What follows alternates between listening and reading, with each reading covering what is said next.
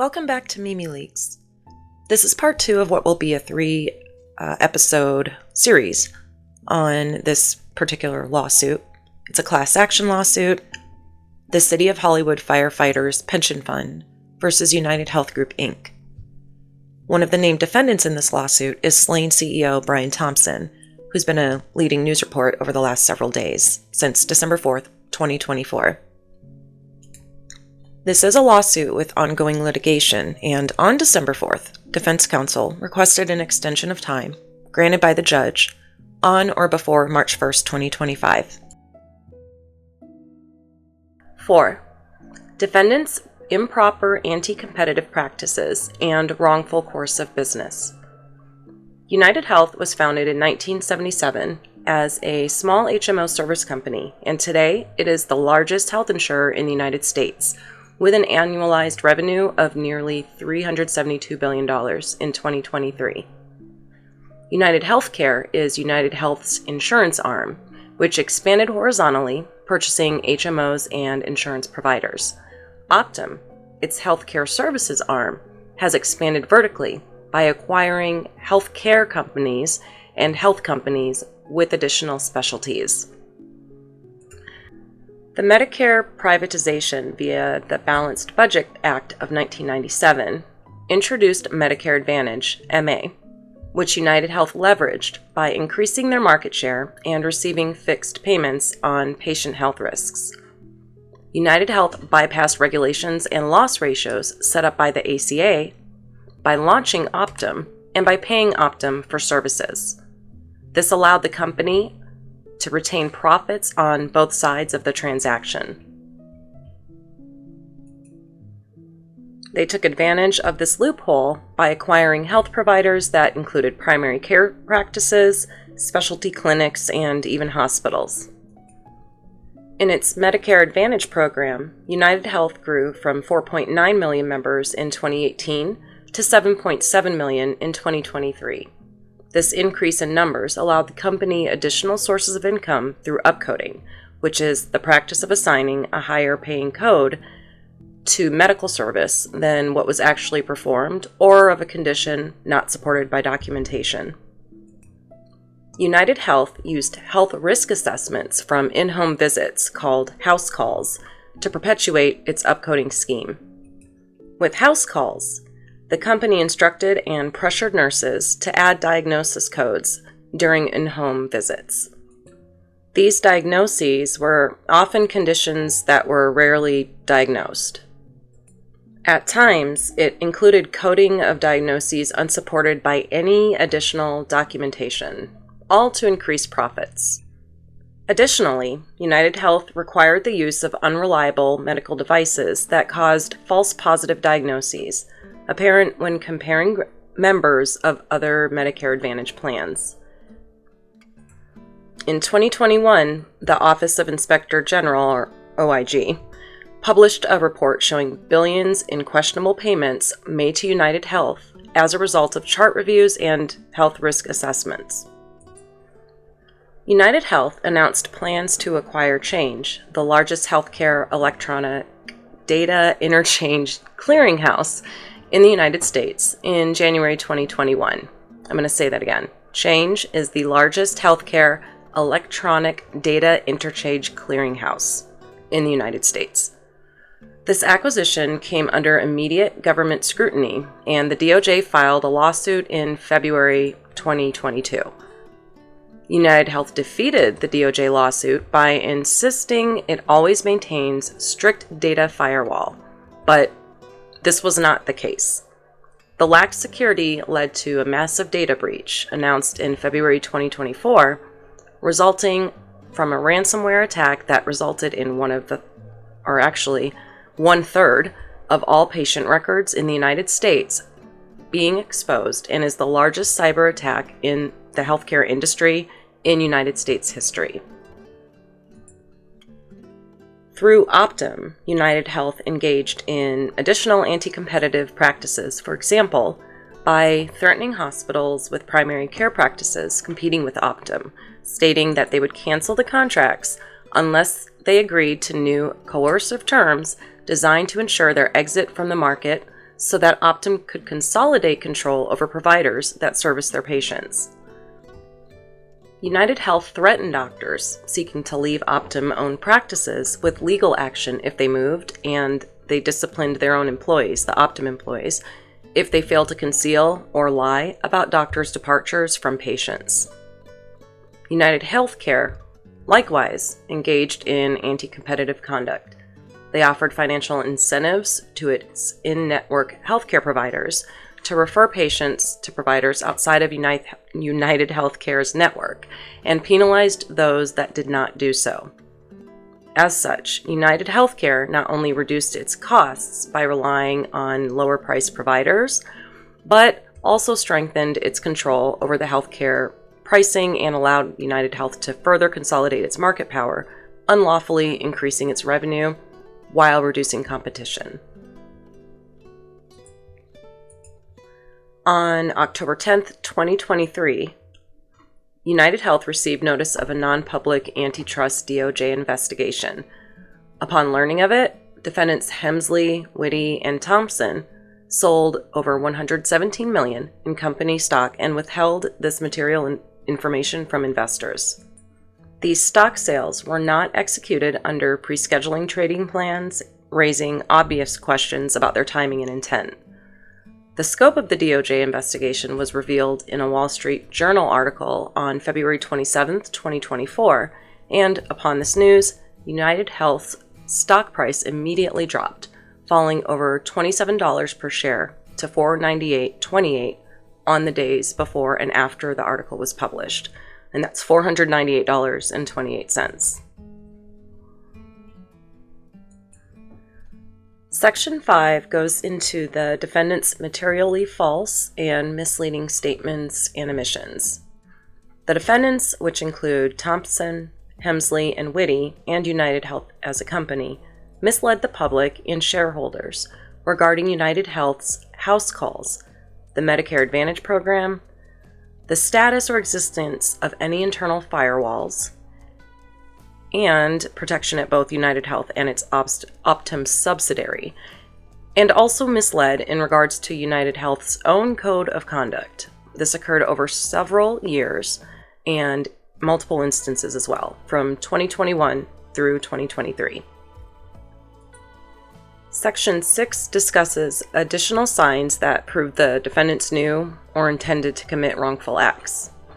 The defendants individually had frequent discussions of house calls and Medicare Advantage with analysts during the class period. UnitedHealth executives, specifically Witty and Thompson, emphasized the importance of house calls program in driving significant Medicare Advantage revenues, including $8.7 billion from 2021 in unsupported diagnoses, and they said all of this during quarterly earnings calls. The complaint argues that to profit in this capacity depended on the coordinated efforts of many and different policies also across multiple working groups that were obviously unethical and coordinated. Furthermore, testimony, internal communications, and internal reports unsealed during the Change antitrust trial, according to the complaint, demonstrates the defendant's knowledge of deception with clear notice of UnitedHealth and Optum's data governance failures, along with the lack of any effort to remediate these failures. As mentioned, the individual defendants made a series of unusual insider trades during the class period. In late September, then again in late October of 2021, the OIG report was published in news publications. In late October, over a period of just 2 days, Hemsley dumped his UnitedHealth shares, unloading 125,000 shares for sales proceeds of over $56 million, larger than any sale he had made during the 2.5 years prior, short of one. Additionally, the defendants sold shares heading into August 1st, 2021, and that Change antitrust lawsuit. Witty made his largest sale of the class period, totaling 11,000 shares for $6 million on July 18th, and then on July 26th, Hemsley sold off another 99,000 shares, totaling an additional $53 million. When Hemsley, Witty, and Thompson received notice of the new antitrust investigation in October 2023, they dumped additional shares. 1 week later, Hemsley dumped shares for proceeds over $65 million and continued to sell through December 5, 2023. Over the class period, Hemsley sold 21.4% of his holdings for proceeds of $212 million.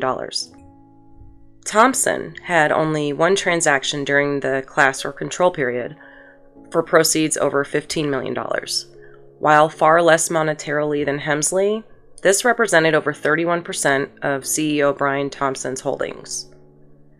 The complaint states that the anti-competitive scheme infected the core of UnitedHealth, with Medicare Advantage and house calls being the core component of UnitedHealth. As the complaint states, the anti-competitive scheme infected the core of UnitedHealth, with Medicare Advantage and house calls being a core component of UnitedHealth's business. For the time period discussed, UnitedHealthcare represented the largest of UnitedHealth's 4 reported segments and was larger than all of Optum combined. The Medicare and Retirement branch of UnitedHealthcare represented nearly half its revenue, larger than any segment of UnitedHealth's business, representing about 35% of total revenues. The Change acquisition, according to the complaint, garnered much scrutiny, and during the trial, many current and former CEOs, COOs, and other executives gave testimony. Publicly, UnitedHealth pledged the use of firewalls and insisted that the merger was in good faith and aimed at addressing the more than $100 billion in administrative waste the U.S. healthcare management has due to inaccuracies of claims. UnitedHealth and its subsidiaries have a long history of unlawful conduct, according to the complaint, which includes fraud, manipulation, and anti-competitive conduct in order to unlawfully extract more money from the government and UnitedHealth consumers. UnitedHealth has been embroiled in public and private lawsuits concerning its anti-competitive conduct, and it has paid hundreds of millions of dollars in settlements to resolve them. This includes the Ingenix data fraud in 2009, an ongoing lawsuit related to Medicare fraud in California, and reimbursement rate fraud in Ohio. Finally, on December 11, 2023, just prior to the breach, UnitedHealth's Chief Information Security Officer was abruptly terminated. Tellingly, however, UnitedHealth kept the departure under wraps, with the data breach exposing Change to ransomware occurring on February 11, 2024. And rather, that's February 21st, 2024. 7. Post-class period events. The DOJ investigation stoked investors' fears about UnitedHealth's widespread misconduct. The post-class period articles, events, and government findings provided more evidence and detail surrounding the company's malfeasance. A. Secret recording of internal UnitedHealth meeting confirms UnitedHealth's upcoding scheme. On March 8, 2024, the Examiner News published a recording from January 26, 2024, in a UnitedHealth meeting, in which executives coached nurses on how to upcode and drive UnitedHealth profits. The call included Dr. Kevin Barron, a physician who worked in management capacity at UnitedHealth, Optum East Director of Clinical Documentation Education, Rochelle Gauvin, and Vice President of Risk Adjustment, Christy Bauer. The audio files further evidence the manner in which UnitedHealth coached nurses and administrators to confront doctors who challenged medical conditions UnitedHealth sought to add to a patient's chart. One executive instructed UnitedHealth employees to tell resistant doctors the following: "We presented this supported medical condition to you, and you disagreed with it. Let me explain to you what the CMS definitions are around the condition, and then I'd love to hear more about why you feel it might not be appropriate for this patient. The executives also instructed nurses and administrators to add diagnoses through buddy codes, where one diagnosis would automatically lead to the addition of related diagnoses. On the audio files, one nurse asked the United Health executives whether a resource existed explaining the paired codes, but Dr. Barron acknowledged that United Health had made them up and said that, quote, "No one else will know what we're talking about outside the room," unquote. B. United States lawmakers implored the SEC to open an investigation into defendants' suspicious insider trading. As detailed above, several United Health executives sold their shares of United Health common stock while in possession of highly relevant, non-public information, the DOJ opening a new antitrust investigation. Defendants Hemsley and Thompson were among the sellers and collectively sold roughly 216,000 shares of United Health stock for combined proceeds of over $117 million. The unusual timing of these trades and the fact that they were out of line with prior trading practices were sufficient to move 17 United States lawmakers, including Senators Elizabeth Warren and Edward Markey of Massachusetts, along with 15 members of the House of Representatives, to send the joint letter to the SEC urging the opening of an investigation into these trades. Specifically, the letter requested that the SEC determine whether any of the individual executives who sold United Health shares, including Thompson and Hemsley, or the company itself, had violated federal laws or regulations. Senators Warren and Markey, along with their colleagues from the House of Representatives, did not mince words. The conduct of United Health and its executives, they felt, exhibited a disturbing fact pattern, even more so because the executives had made their sales outside of the context of a scheduled trading plan. The letter also pointed out that it would have been typical under such circumstances for United Health's general counsel to have declared a blackout period, which would have barred trading by executives until such time as the DOJ investigation was made public.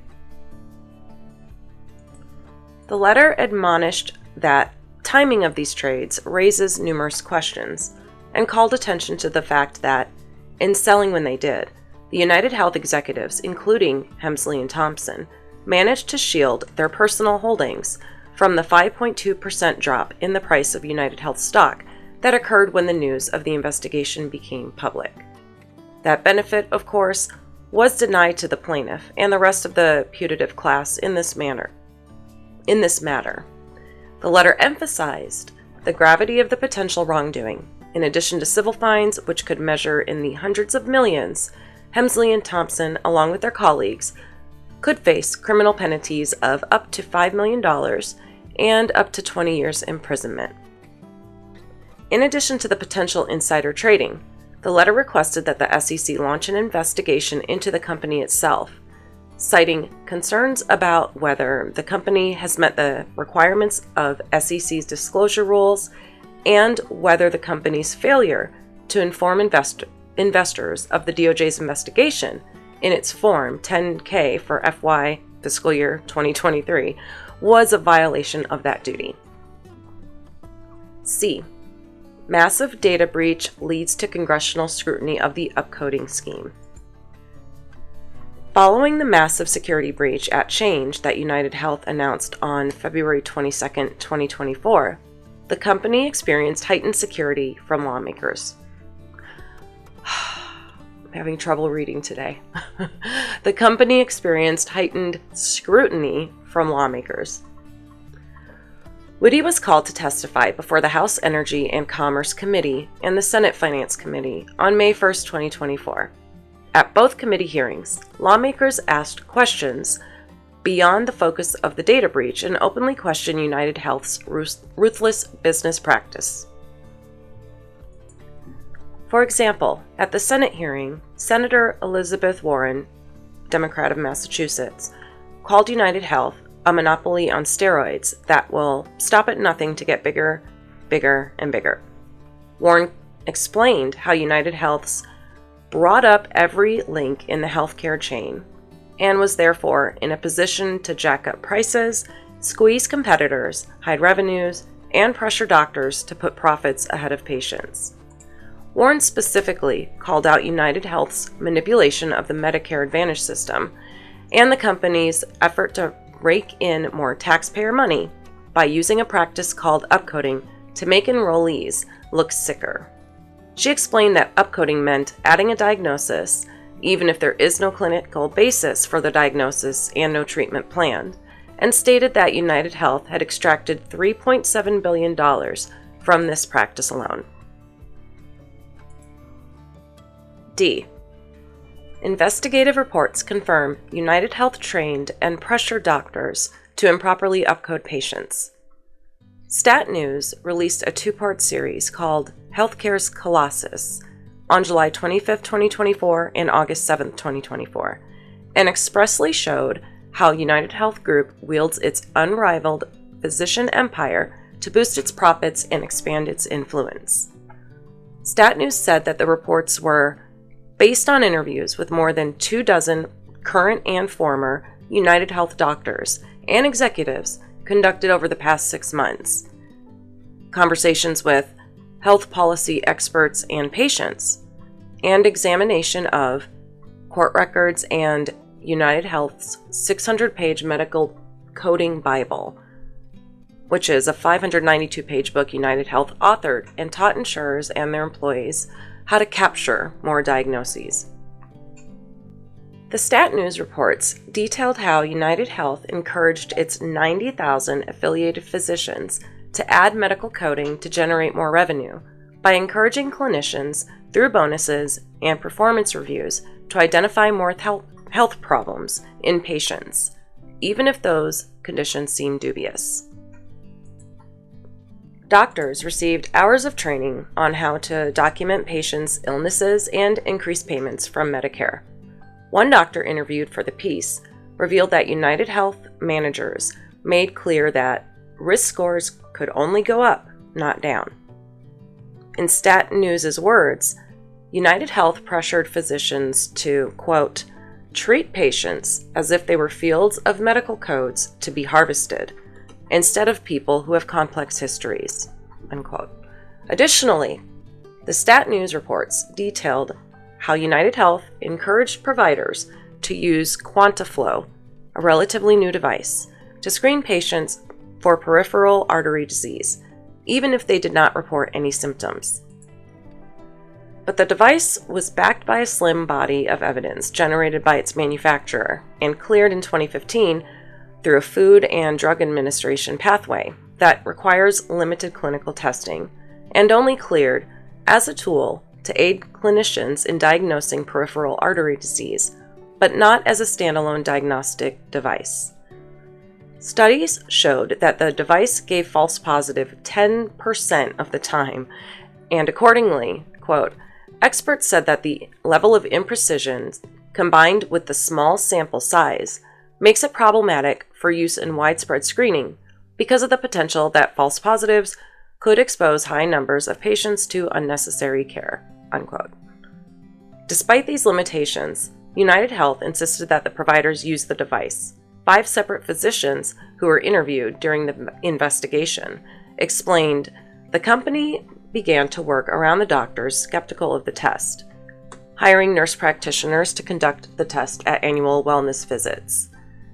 As a result, UnitedHealth diagnosed Medicare Advantage patients with peripheral artery disease at almost 4 times the rate of patients in traditional government-run Medicare.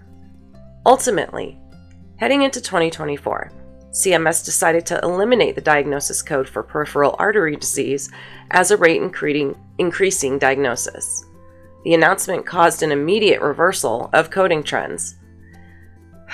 The rate of testing and diagnosis in patients 50 and older more than doubled from between 2018 and 2023, from 7% per 100,000 patients to 14.7% per 100,000, then fell to 9.6 in May 2024. On October 16, 2024, Stat News published another investigative report about UnitedHealth's upcoding scheme, which it supported with internal company documents and emails and more interviews from UnitedHealth doctors. Stat News described the pressure campaign applied to doctors to generate additional diagnosis, particularly through annual wellness visits. According to the report, UnitedHealth required remedial training for doctors who failed to upcode as frequently as UnitedHealth expected. As one doctor put it, the system created an inherent conflict of interest because you're incentivizing doctors to want sicker patients, or at least sicker appearing on paper. The report described that even during the height of the COVID-19 pandemic in late 2020, when deaths were surging and no vaccine was available, UnitedHealth made Medicare Advantage home visits its number one priority. And we will call it quits here. So next episode, we will finish reading this section as well as the rest of the lawsuit. If you're still here, thanks so much for sticking around. Please don't forget to like and subscribe, and we'll see you next time. Stay safe.